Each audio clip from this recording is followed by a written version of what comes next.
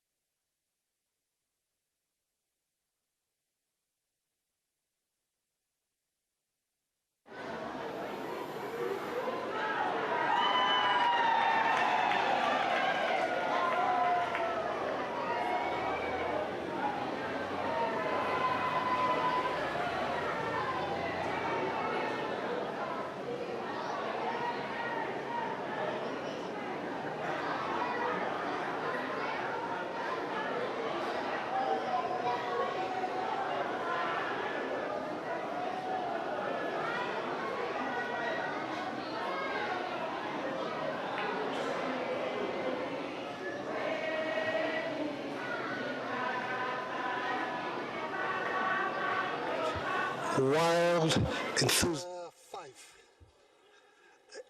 His Holiness has arrived. He has arrived at the main entrance where he has received wild, enthusiastic, rock star-like receptions. You have your work cut out for you inside here.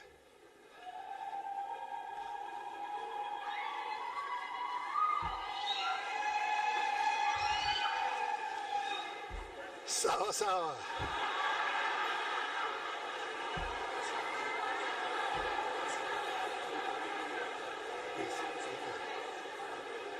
Thank you. Hebu nisikie tena. Hebu nisikie tena. No, not loud enough. Hebu nisikie tena. Hebu piga tena. Come on, let's hear it. That side of the room is high. How about this side of the room? Hebu, can I hear? Practice run, please. Come on. Practice. Practice.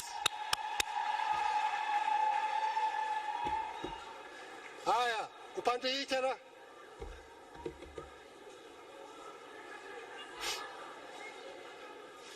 Okay, everybody, just some of the VIP guests have arrived, so please welcome.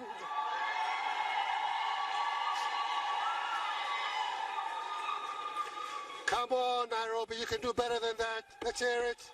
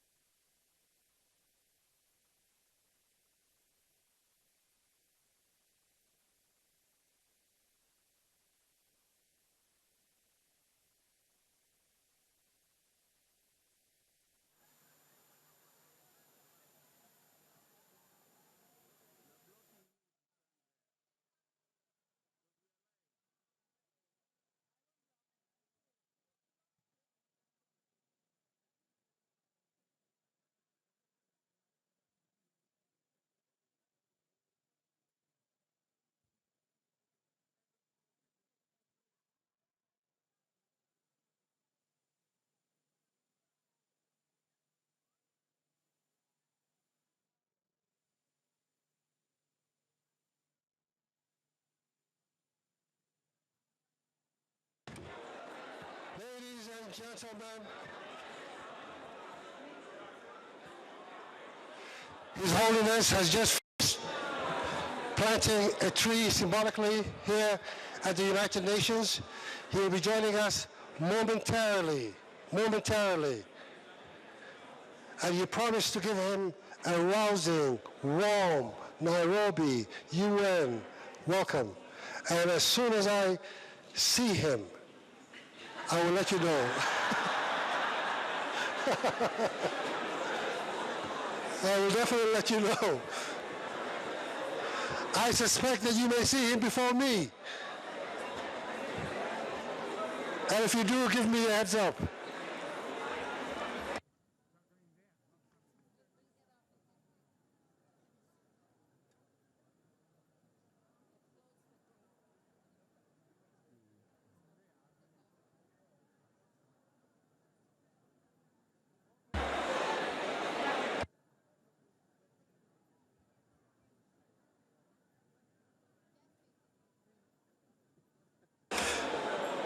Everybody, I just want to warn you that His Holiness will not be coming from there, but he'll be coming from the left.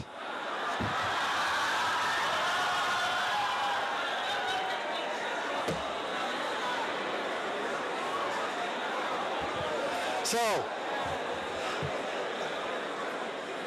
I urge you to keep your eyes on my left, your right, okay?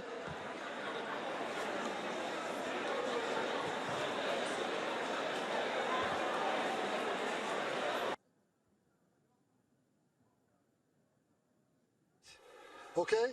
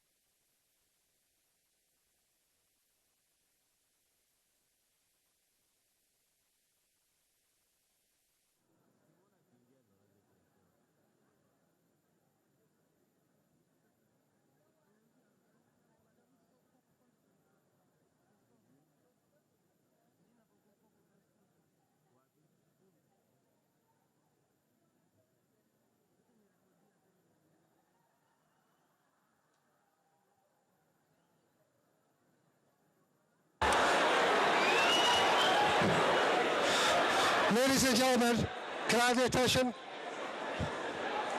Ladies and gentlemen, can I have your attention, please? I think it may be in your best interest to sit down.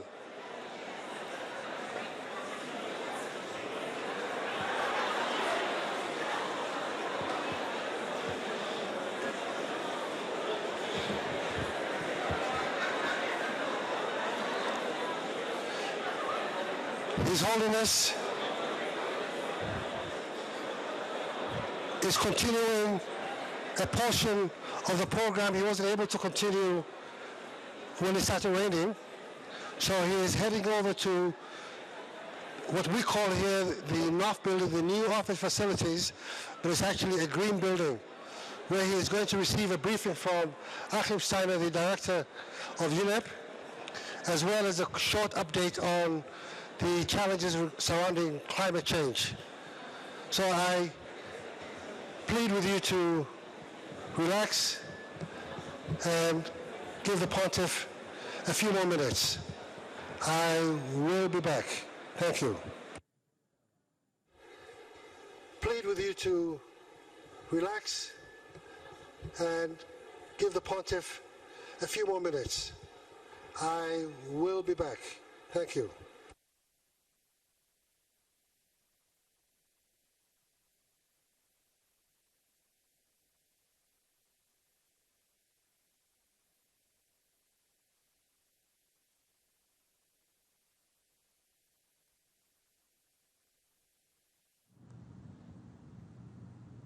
Of course, right here in the country, all eyes on the Pope, and as of now, everybody keen to hear what his message on climate change is.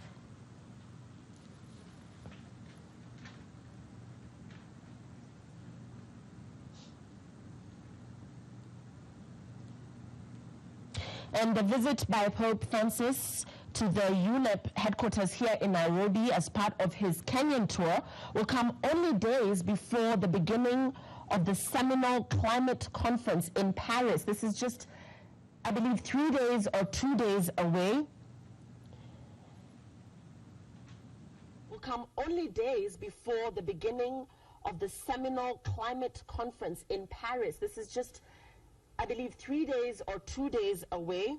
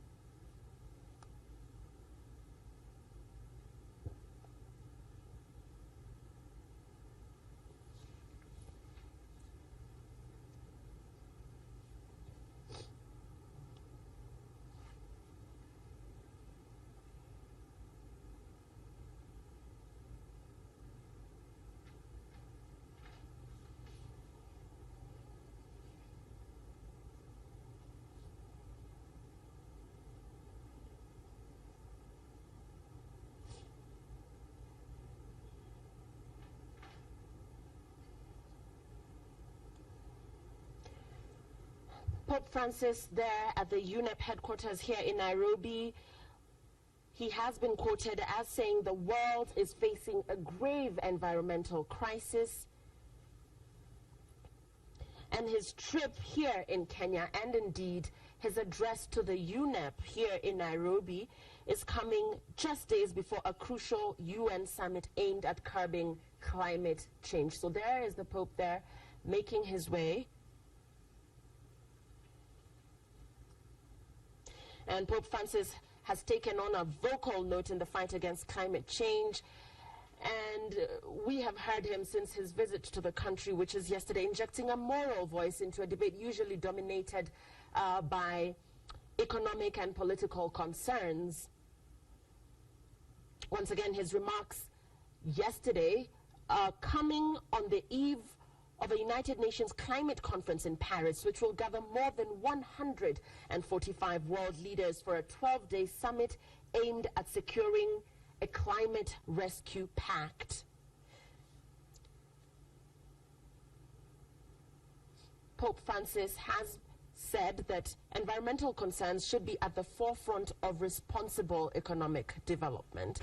And of course, once again, just as you can see, yesterday when he said the pontiff is very close to here. Culture of conservation, everybody, which does please stand honor to receive His Holiness. But then again, calling on.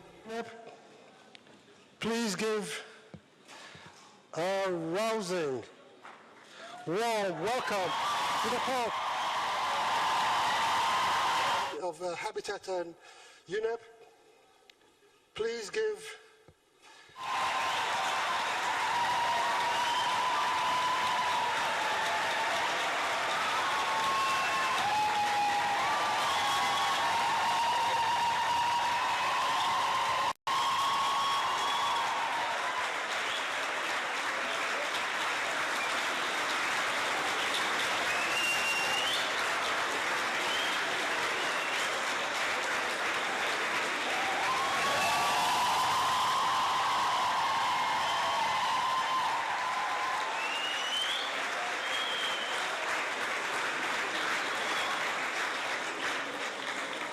Nairobi, we did not hear you welcoming the Pope.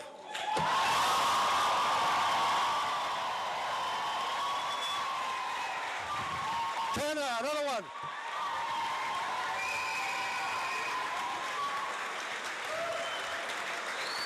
I think we need one more to help the Pope ease its pressure. Can I hear one more welcome from Nairobi at the United Nations, please?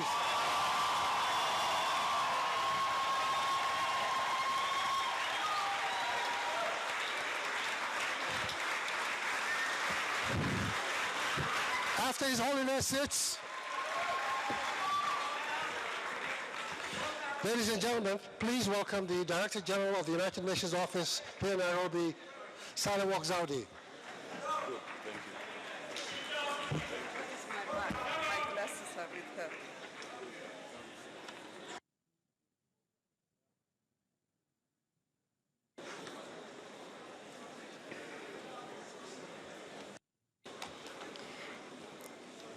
Your Holiness, Pope Francis, Excellencies, Ambassadors, and High Commissioners, dear United Nations colleagues, ladies and gentlemen, Your Holiness, it is an honor to welcome you to the United Nations office at Nairobi during your first and historic trip to Africa. Secretary General Ban Ki-moon very much wanted to be here to welcome you to this United Nations headquarters. However, other pressing commitments, in fact, linked to the upcoming climate change summit, have prevented him from being here. He sends his regrets. 2015 will certainly be linked to the upcoming climate change summit, have prevented him from being here. He sends his regrets. 2015 will certainly be remembered as one of the rare times when concerted and extraordinary global efforts were made to contribute to the betterment of humanity. It holds the potential to be a real turning point in human history, given the confluence of events during the course of the year. 2 months ago,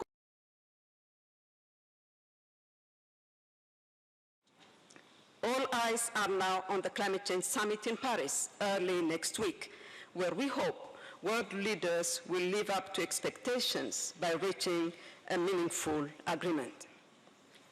During this pivotal year, 2015, the United Nations has celebrated its 70th anniversary. It has been an opportunity to take stock of our achievements, of which there are many. But most of all, this is the time when a lot is being done in order to make the United Nations more fit for purpose and even more relevant than ever. Your presence here today, 2 months after your historic address to the United Nations General Assembly in New York, where you set the tone even before world leaders started engaging on the post-2015 development agenda, is a testament to a vital mission you share with the United Nations, namely to build a better world for all on a more peaceful and healthier planet. Your visit is an inspiration to us all and carries special significance for the United Nations family. Indeed, this compound is not just the only United Nations headquarters in Africa and the entire global South. Nairobi also is the global headquarters of 2 very important United Nations programs that you just visited, UNEP and UN Habitat. In fact, the only 2 global UN programs based on the continent. With country, regional, and global offices, this compound is an important center for the delivery of the United Nations' vital assistance efforts in Kenya, in the region, and around the world.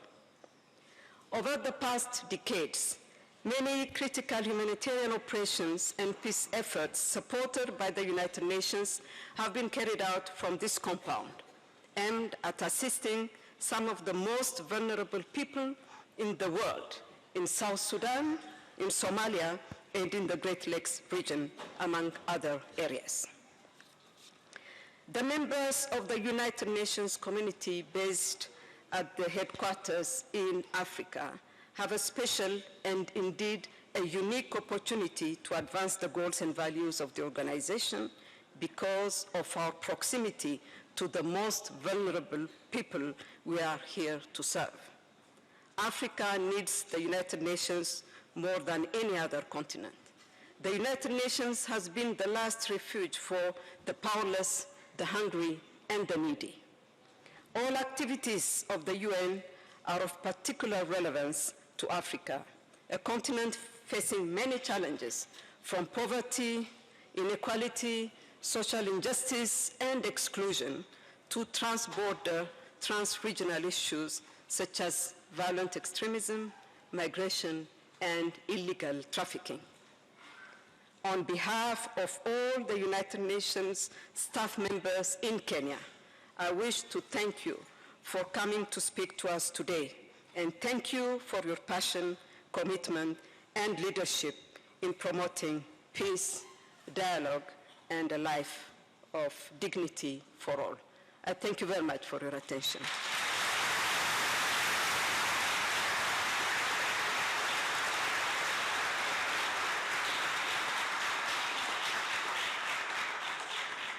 I now have the pleasure of inviting my two colleagues, Dr. Joan Close, Executive Director of UN Habitat, and Mr. Achim Steiner, Executive Director of UNEP, to make a few remarks.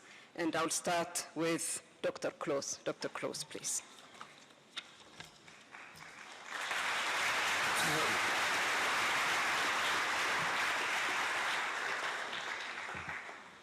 Santidad, déjeme que me dirija a usted en castellano, ya que estamos en una sede multilateral.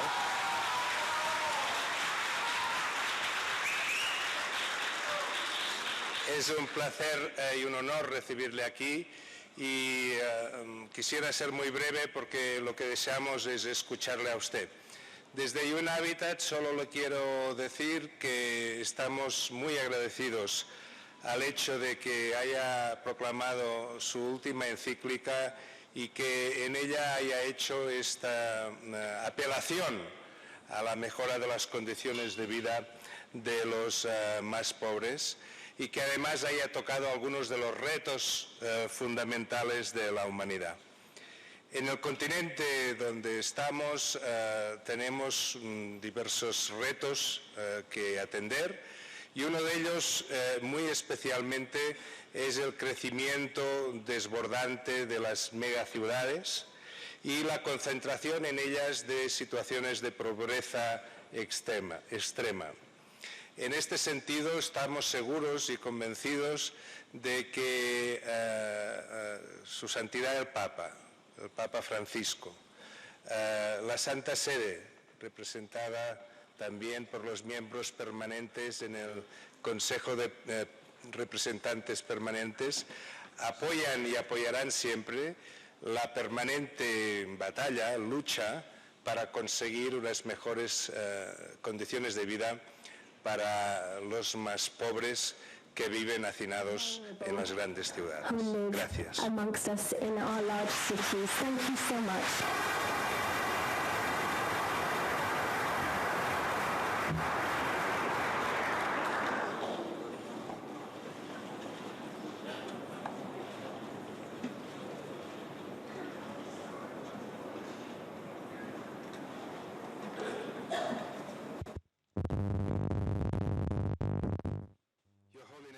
Excellencies, ladies and gentlemen, on behalf of all my colleagues at the United Nations Environment Programme, I join the Director General and the Executive Director in welcoming you to Nairobi.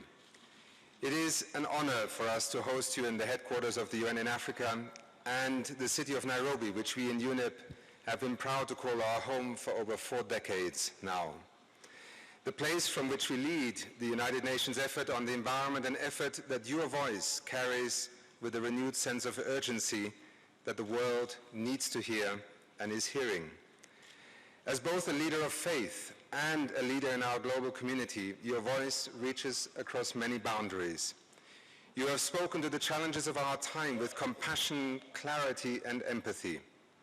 You have shown unwavering commitment to confronting injustice, intolerance, and inhumanity. and you have combined the force of science and knowledge with the spiritual values and moral orientation. Through Laudatio Si and more recently in your address at the United Nations General Assembly in New York, you shared a vision of a world where people and nature can live in harmony. That inspiration guides us in understanding our responsibility to each other and to our planet, which today provides for 7 billion people, but must soon support 9 billion people. Addressing the world just a few days, as you will in a moment, before the Paris Climate Conference, with the future of this planet literally hanging in the balance, you remind world leaders, business leaders, and individual citizens that we each have not only a responsibility, but as you emphasized again yesterday, an obligation to act on what our conscience tells us to be right. The United Nations has a unique role in focusing effort on climate change, in forging consensus to allow the world to act together. We are the first to acknowledge that at times it can be a painfully slow journey from recognizing the challenge to delivering solutions. Yet, however slow, the progress is steady, and as we have already seen with the reversal of the damage to the ozone layer, which began its journey in this very building and hall and campus here in Nairobi over 30 years ago. So, in the field of environment, yes, the United Nations does work, it does make a real difference, and it does improve the lives of millions of people. That is why what has resonated for me personally is your ability to frame our collective and personal obligation in terms that are full of hope. This is exactly the mindset we need. In this very pivotal year, your powerful notion of the globalization of indifference speaks to the heart of the practical and ethical challenges ahead, both to reach a climate change agreement in Paris, indeed, and to deliver it within a much broader and holistic spectrum of sustainable development that must leave no one behind. That approach has embedded climate change into the global consciousness, not just the science on harmful emissions and wasteful practices that contribute to them, but the well-being of a healthy planet that includes justice, equality, and solidarity with the most vulnerable in society, and the very people who are often the least responsible for the problem, but are the most affected by the consequences.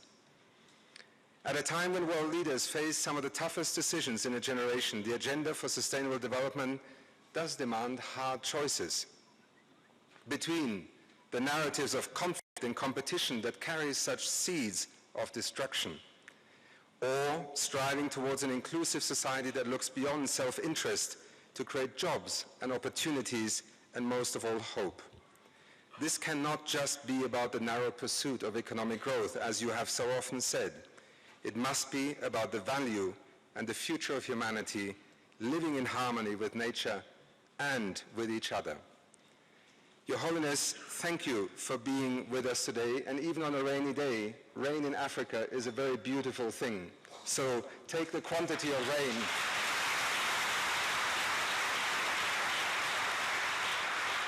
You know, there is a country called Botswana which even has named its currency as the pula, which is the rain. So it really is a gift. And I think you have gotten a great deal of it today. But let me thank you for being with us today and for speaking from the heart of Africa to the hearts of people across the world. Thank you.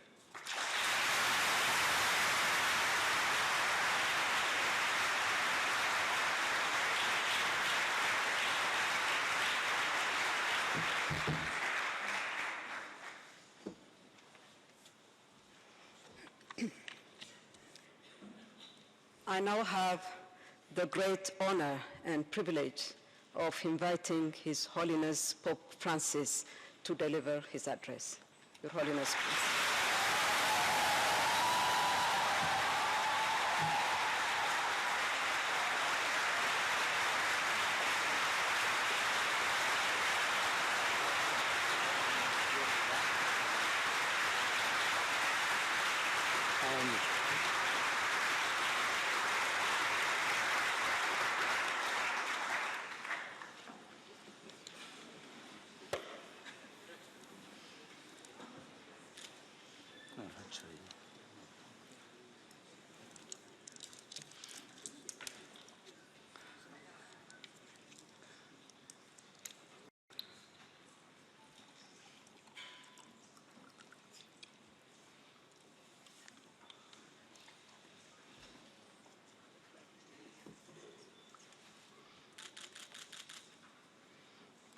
Deseo agradecer la amable invitación y las palabras de acogida de la señora Sale Workse,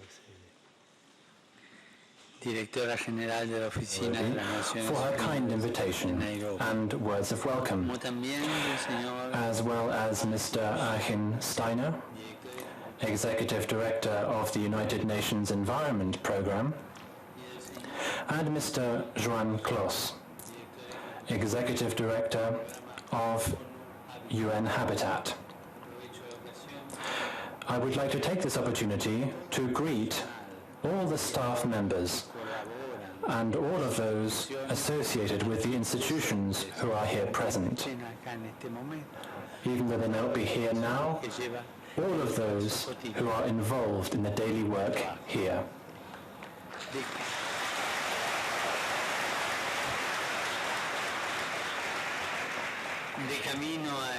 On my way to this hall, I was asked to plant a tree in the park of the United Nations compound. I was happy to carry out this simple symbolic act, which is so meaningful in so many cultures. Planting a tree is first and foremost an invitation to continue the battle against phenomena like deforestation and desertification. It reminds us of the importance of safeguarding and responsibly administering those richly biodiverse lungs of our planet, which include, on the African continent, the Congo basins, a place which is essential for the entire Earth and for the future of humanity. It also points to the need to appreciate and encourage the commitment of international agencies and civil society organizations which draw public attention to these very issues, and they offer critical cooperation, employing legitimate means of pressure to ensure that each government carries out its proper and inalienable responsibility to preserve its country's environment and natural resources, without capitulating to spurious local or international interests.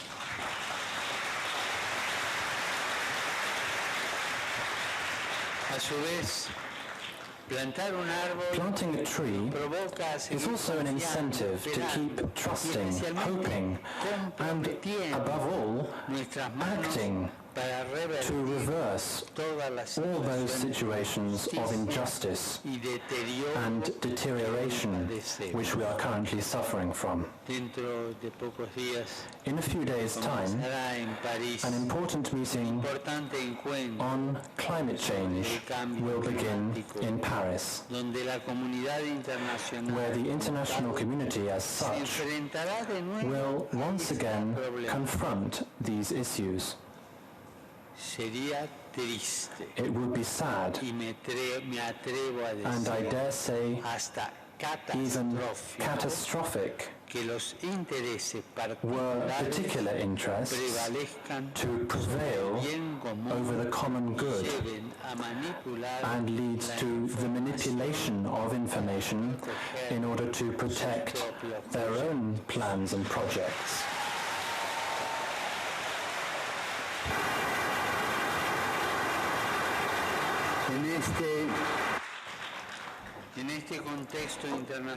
In this international context, we are confronted with a choice which cannot be ignored, either to improve or to destroy the environment. Every step we take, whether large or small, individual or collective, in caring for creation, opens a sure path for that generous and worthy creativity which brings out the best in human beings. The climate is a common good It belongs to all and is meant for all. Climate change is a global problem with grave implications: environmental, social, economic, political, and in terms of the distribution of goods. It represents one of the principal challenges facing humanity today. Our response to this challenge needs to incorporate a social perspective which takes into account the fundamental rights of the poor and the underprivileged, because the misuse and destruction of the environment are also accompanied by a relentless process of exclusion.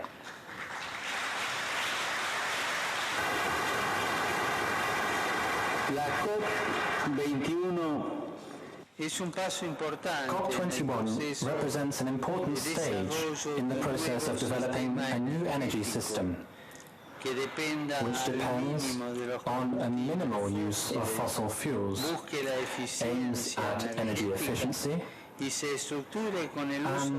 is based on the use of energy resources with little or no carbon content. And we have an example here.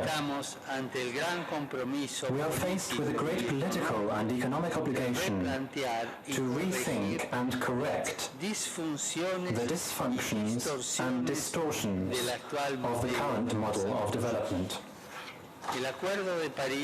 The Paris Agreement can give a clear signal in this direction, provided that, as I already said before the UN General Assembly, we avoid every temptation to fall into a declarationist nominalism, which would just assuage our consciences. We need to ensure that our institutions are genuinely effective. For this reason, I express my hope that COP21 will achieve a global and transformative agreement based on the principles of solidarity, justice, equality, and participation, and an agreement which targets three complex and interdependent goals: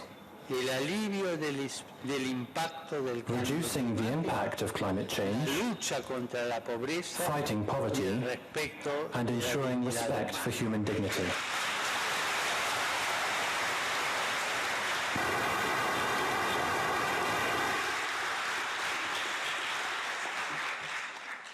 A pesar de muchas dificultades, for all the difficulties involved, there is a growing conviction that our planet is a homeland and that humanity is one people living in a common home.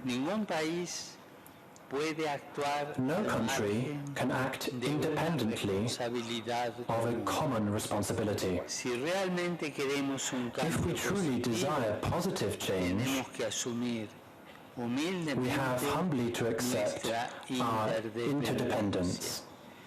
The problem arises whenever we think of interdependence as a synonym for domination, or the subjection of some to the interests of others,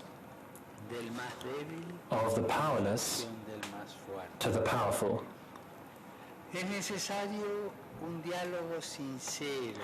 What we need is sincere and open dialogue with responsible cooperation on the part of all: political authorities, the scientific community, the business world, and civil society. There are many positive examples, and they demonstrate that genuine cooperation between politics, science, and business can achieve significant results.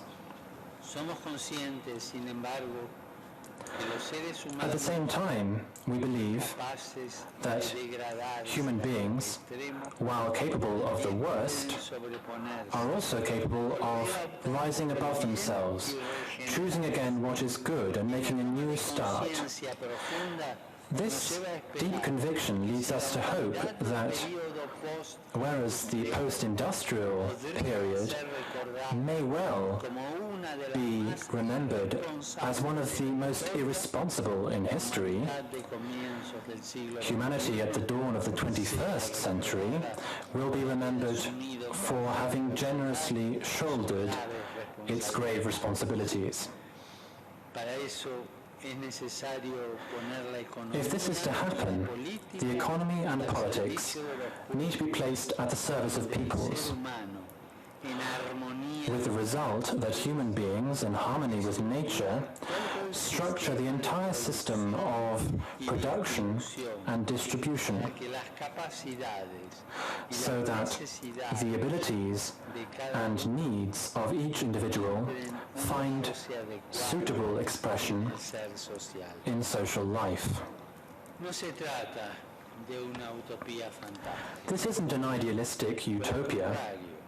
On the contrary, this is a realistic prospect which makes the human person and human dignity the point of departure and the goal of everything. This much-needed change of course cannot take place, however, without a substantial commitment to education and training.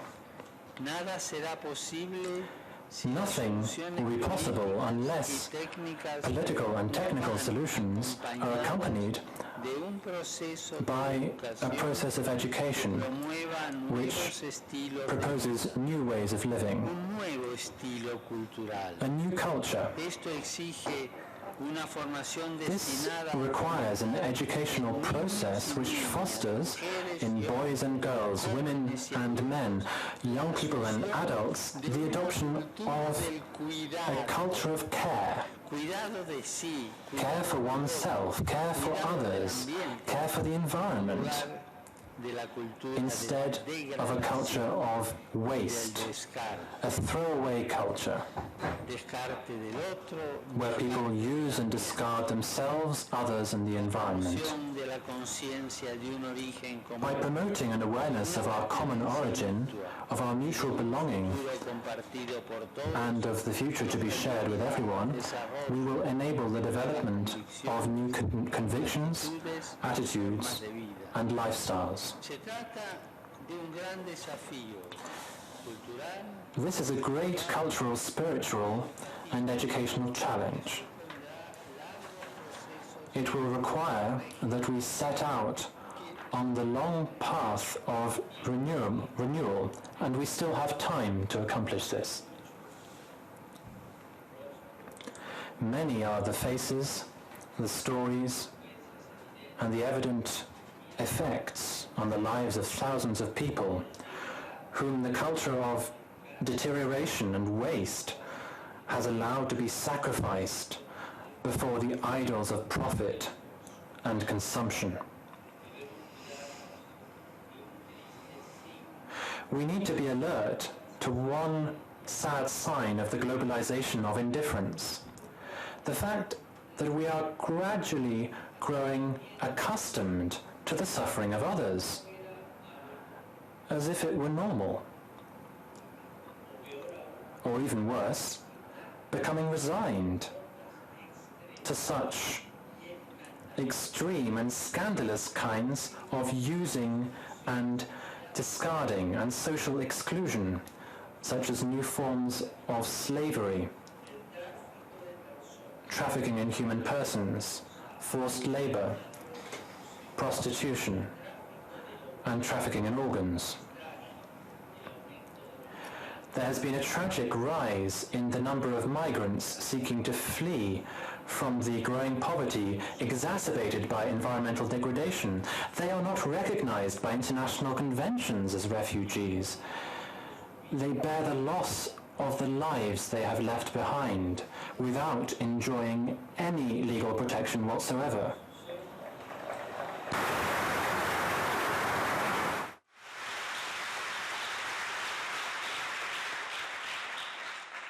son muchas vidas.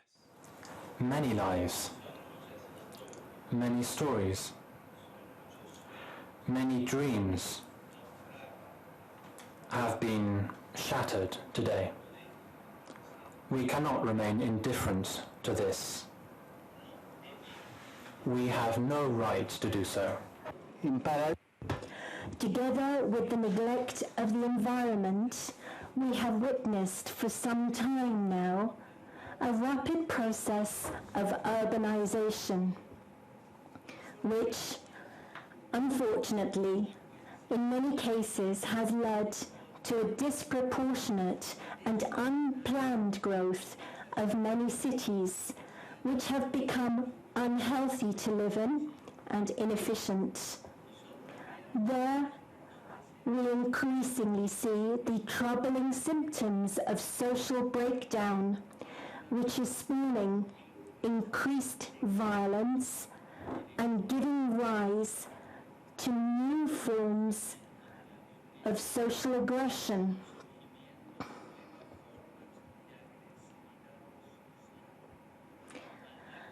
Of drug trafficking and growing drug use by young people, along with a loss of identity, a lack of rootedness, and social anonymity.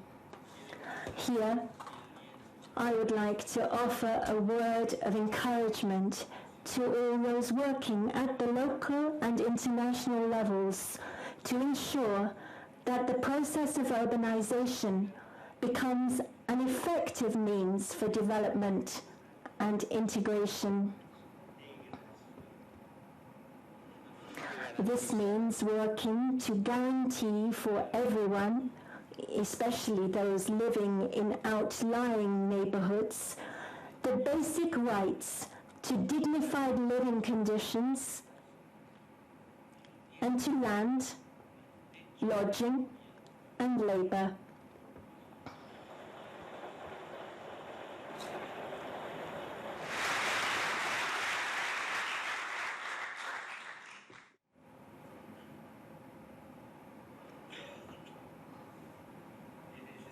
There is a need to promote urban planning and maintenance of public areas which move in this direction of dignified living conditions and take into consideration the views of local residents. And this will help to eliminate the many instances of inequality and pockets of urban poverty, because these not only have an economic dimension, but also environmental and social dimensions. The forthcoming Habitat 3 conference, planned for Quito in October 2016, could be a significant opportunity for identifying ways of responding to these issues. In a few weeks, Nairobi will host the 10th Ministerial Conference of the World Trade Organization. In 1967, my predecessor, Pope Paul VI, as he contemplated an increasingly interdependent world and foreseeing the current reality of globalization, Pope Paul VI reflected on how commercial relationships between states could prove a fundamental element for the development of peoples, or, on the other hand, could be a cause of extreme poverty and exclusion. While recognizing that much has been done in this area, it seems that we have yet to attain an international system of trade which is equitable and works at the service area. It seems that we have yet to attain an international system of trade which is equitable and works at the service of the Las struggle relaciones against poverty and comerciales entre los exclusion. estados, Commercial relationships parte between states, indispensable de las as an relaciones indispensable entre los part of pueblos, relations between pueden peoples, servir can tanto do para as much dañar to el harm the ambiente como environment para as to recuperarlo restore y it asegurarlo and para las preserve it generaciones for futuras. future generations. Expreso mi deseo It is my hope de que las that the deliberaciones de la deliberations of the próxima forthcoming Nairobi conferencia de conference Nairobi no will sean not un prove to simple be a equilibrio simple de balancing of intereses conflicting contrapuestos, interests, sino un but verdadero a genuine servicio service al to cuidado de la care casa for our común common y al home desarrollo and integral the de las holistic personas, development of especialmente people, de los más especially those postergados. in greatest En need. particular, quiero I would unirme a las particularly like preocupaciones to echo the de tantas concern realidades of all those comprometidas groups en la engaged in cooperación projects al for the desarrollo development y en and la asistencia healthcare, sanitaria, entre ellos las including those congregaciones religious religiosas congregations which que serve the asisten a los poor más pobres y and the most excluidos. excluded, También projects with subrayar el regard esfuerzo to acerca de los agreements acuerdos on sobre la intellectual prosperidad property and intelectual y access el to acceso a las medicine and medicinas essential y healthcare. cuidados esenciales de la salud. Los tratados Regional de free libre trade comercio treaties dealing with the protection of regionales intellectual sobre la property, protección de la propiedad intelectual, en particularly in particular the areas en of materia pharmaceutics and farmacéutica y de biotechnology, biotecnología, should no not only solo no maintain deben limitar las intact facultades the ya powers already otorgadas granted a los to estados states por by los acuerdos multilateral agreements, multilaterales, sino but que al should contrario also be a deberían ser un means for instrumento ensuring para a asegurar minimum of un healthcare mínimo de atención and access to sanitaria basic y treatment de acceso for a los all. remedios básicos para todos. Las discusiones multilaterales, Multilateral a su discussions, vez, for their part, deben dar a los should países más allow pobres poorer el countries the tiempo, time, la the elasticidad flexibility, y las and excepciones the necesarias exemptions needed para una for them to adecuación comply with ordenada trade y no regulations traumática in de an las normas orderly and comerciales. relatively smooth La manner. interdependencia y la Interdependence integración de las and the economías integration of no economies deben should suponer not be at el all más mínimo detrimental detrimento to de los existing sistemas de systems salud of y de healthcare protección and social social security, existentes.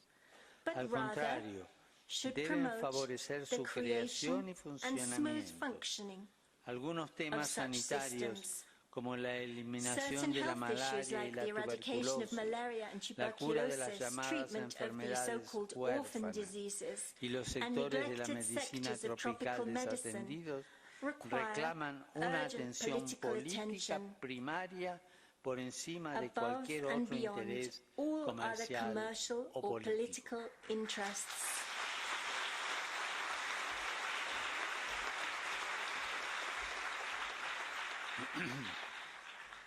África ofrece al mundo una belleza y una riqueza natural que nos lleva a alabar al Creador. Este patrimonio africano y de toda la humanidad sufre un constante riesgo de destrucción causado por egoísmos humanos de todo tipo y por el abuso de situaciones de pobreza y exclusión. And the excluded. En el contexto In de the las context relaciones of economic económicas entre los relationships between estados states y los pueblos, and between no se peoples, puede we dejar de cannot be hablar silent de about los forms tráficos of illegal ilegales trafficking que which crecen arise en un in ambiente de situations pobreza of poverty y que a su and vez which in alimentan turn la pobreza y lead la to exclusión. greater poverty El comercio and ilegal de exclusion. diamantes The illegal y trade in piedras diamonds preciosas, and precious de stones, metales raros rare o metals, de alto and nivel trade in products of estratégico, great de strategic value maderas y such as material wood, biológico biological y de material productos and animal animales products, como el as well as caso del ivory tráfico de trafficking marfil and the y la consequent killing of elephants.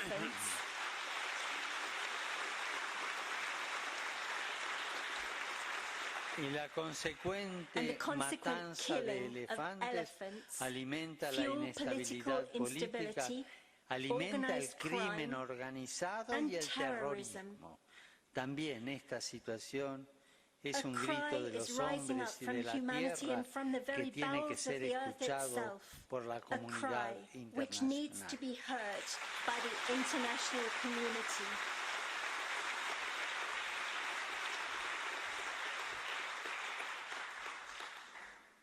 mi In my recente recent visit visita alla to the sede United della ONU Nations a Nuova headquarters in York, New York, pude I expresar expressed the el desire and deseo hope y la esperanza that de que the la obra work de las of the Naciones United Unidas Nations y and de its todos los multilateral desarrollos activities multilaterales may pueda ser be prenda the de un pledge futuro of a seguro secure and y happy feliz future para las for generaciones generations to futuras. come. Lo será And so it will si be los if the representantes de los representatives of the estados states sabrán can dejar set de lado aside los partisan intereses and sectoriales ideological e interests ideologías y and buscar sincerely strive sinceramente to serve the el common good. servicio al bien común. Renuevo Once again, una vez más el I would like apoyo to de la express to comunidad you católica the support of the Catholic y el community and de of course seguir my own rezando to y continue to pray colaborando and para que los work frutos to de la ensure that the cooperación fruits of regional regional que cooperation se expresan hoy expressed en la Unión today by the Africana African Union y en los and in the muchos many acuerdos African africanos de agreements comercio, on trade, cooperación cooperation y and development desarrollo sean may vividos be con vigorously vigor pursued y and teniendo always siempre en take into cuenta account el bien the común common good de los of the hijos de esta sons tierra. and daughters La of this bendición del continent. Altísimo sea con May the todos blessing y of cada uno de Almighty sus God pueblos. be with each of you Gracias. and with your peoples. Thank you.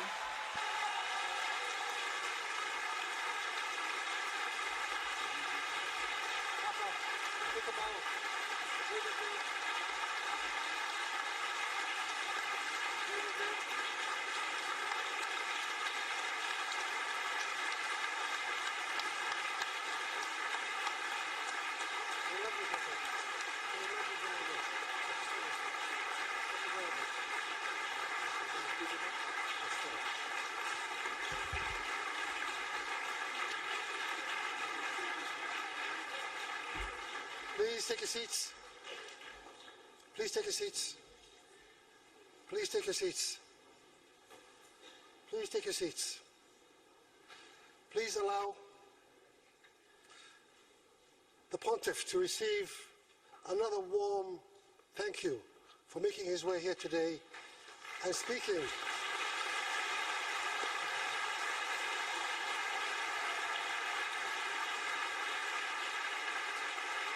And speaking so forcefully and eloquently on issues that matter to humanity on an every single day basis. Thank you very much, Your Pontiff. We are very, very grateful. I would like now to inform you that besides you staying in your place, to allow His Holiness and our Director General to come behind me, and His Holiness will present to our Director General a gift for the United Nations, which will be received by Ambassador Saleh Work-Zewde. I urge you to stay in your places and allow the Pontiff and the Director General to come forward. Please stay where you are.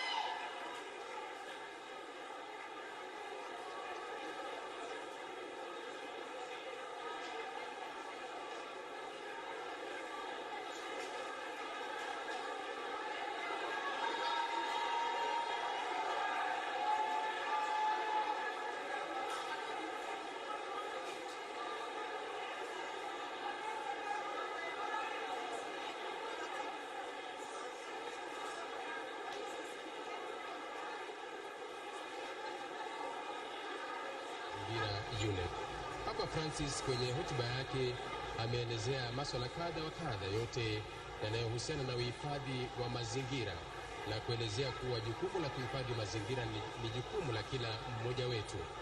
Papa Francis amerejelea mno vile vile mkutano wa kimataifa ambao unatarajiwa kuanza kwa siku 4 zijazo kule Paris, Ufaransa, kuhusiana na mabadiliko ya hali ya anga. Mkutano huo ni muhimu mno, na Papa Francis amerejelea umuhimu wa mkutano huo akielezea kuwa itakuwa ni fursa nzuri kwa mataifa kuungana ili kuhakikisha kuwa changamoto ya ongezeko la joto ulimwenguni inakabiliwa.